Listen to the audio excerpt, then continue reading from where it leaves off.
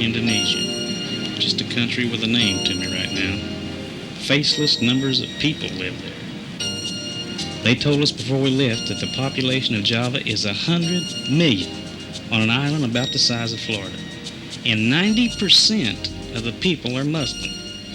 I hope we'll get a chance to talk with them about Christ. We'll have to respect their laws about not preaching and passing out literature in the open. But Lord, just give me one person I can talk with about you. Give me a love and an openness with this people, that they can see your love in me. A love that speaks.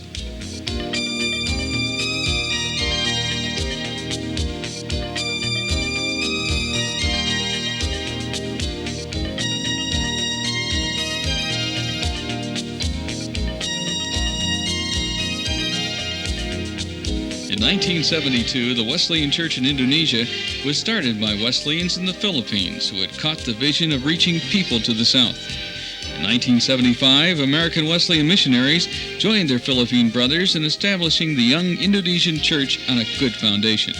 Today, there are 31 congregations, 3 districts, and 2 Bible schools. When we arrived and stepped off the plane, we were surprised to find how clean it is there. Hardly a scrap of paper anywhere. What a beautiful country. Even though we were tired, the sights that filled our eyes made us hungry to see more.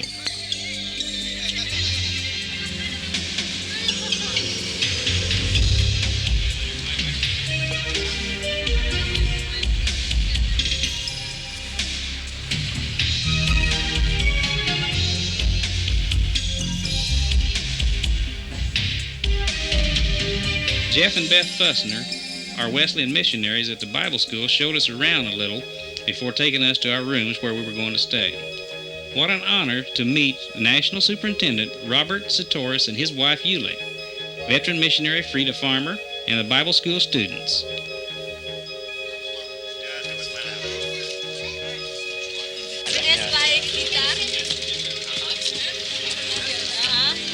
They were very friendly, even though we couldn't speak Indonesian. Jeff taught us how to greet them, and I even tried to talk a little Indonesian.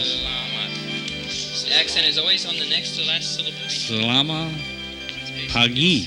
I know we didn't get it right, but we tried, and it was fun. And they really seemed to appreciate our efforts. The next day, I had a chance to speak with District Superintendent Johnny Samora. Christian is Jesus' disciples. As we talked, he really impressed me. I was thankful for the good leadership God has given us in Indonesia.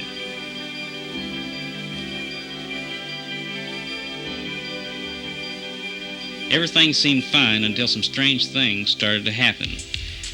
It was like any other morning. We were ready to go to work on the building project. The Indonesians who were working with us had come early, as they usually did. But why are they only early for work?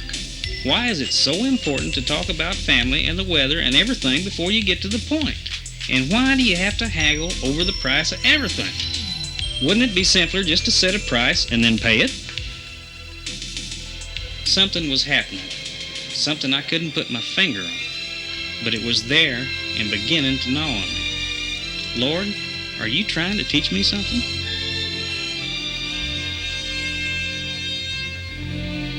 That evening after supper, I took a walk out into the twilight. Lord, why do these people seem so different? Everything seems so different. Sometimes the only thing I recognize are the sun and the clouds in the sky. Man, I miss my family. I know you're with me, Lord, and I know you opened a way for me to come here. But why do I feel these things? And why can't I talk with them about you? I don't know. Maybe it's me. Help me, Lord.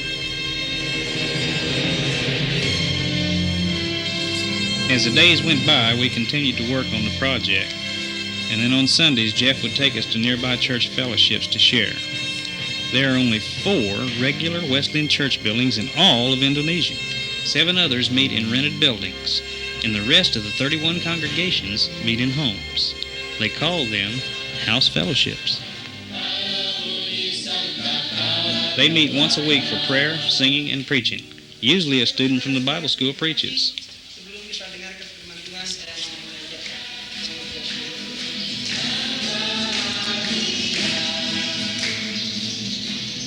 They asked us to share our testimony.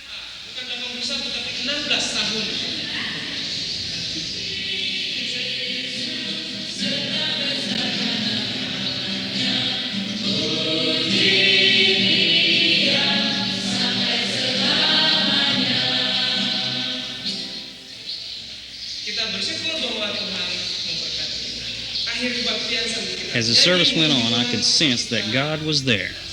The realization that these are my brothers and sisters swept over me. We are part of the same family, God's family. Even though we come from different backgrounds, eat different food, have different customs, man, we're one because of Jesus Christ. The next night after work, Jeff and I had a good talk. You know, the Indonesian church is a growing church. Bible school students come from all around Java and even some of the other islands off the coast. We have the privilege of assisting and training them so they can go back to their congregations and start other congregations. The church planting strategy of house fellowships has really worked here. Through house fellowships, many come to a desire to know Christ and to follow Him. I was beginning to get a picture of where we, as a mission, fit in. But the burning question was, where do I fit in? It was great to come here, and I knew we were helping through the work project. But I wanted to see my time here count for more than just a few bricks. If that was a prayer, which I thought it was, the Lord's answer wasn't long in coming.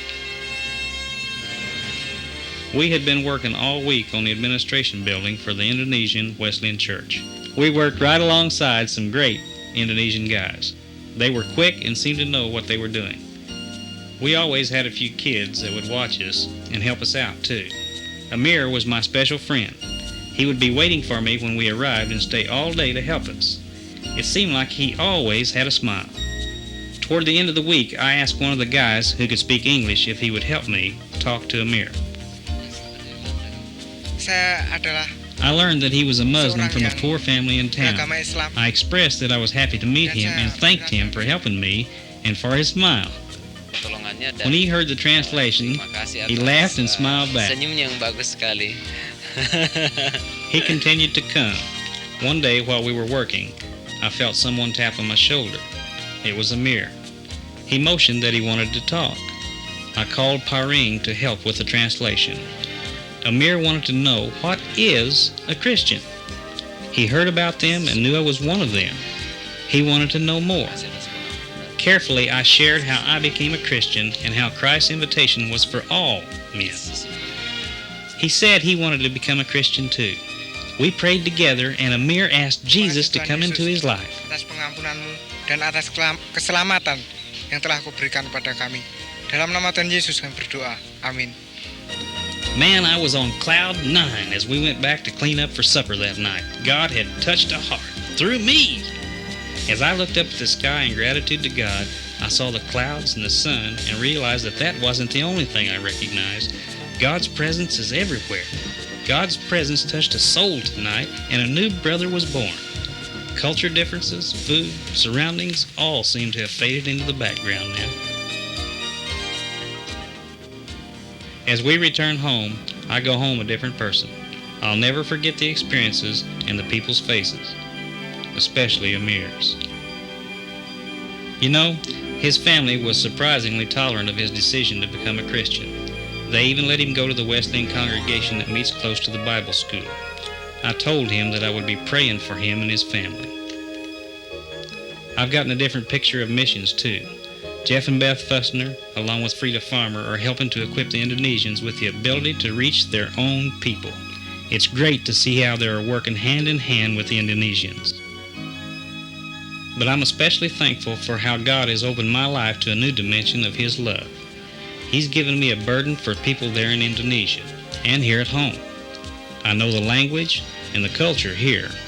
Lord helping me, I want to share His love with the guys at work, with my neighbors, and more importantly, with my family.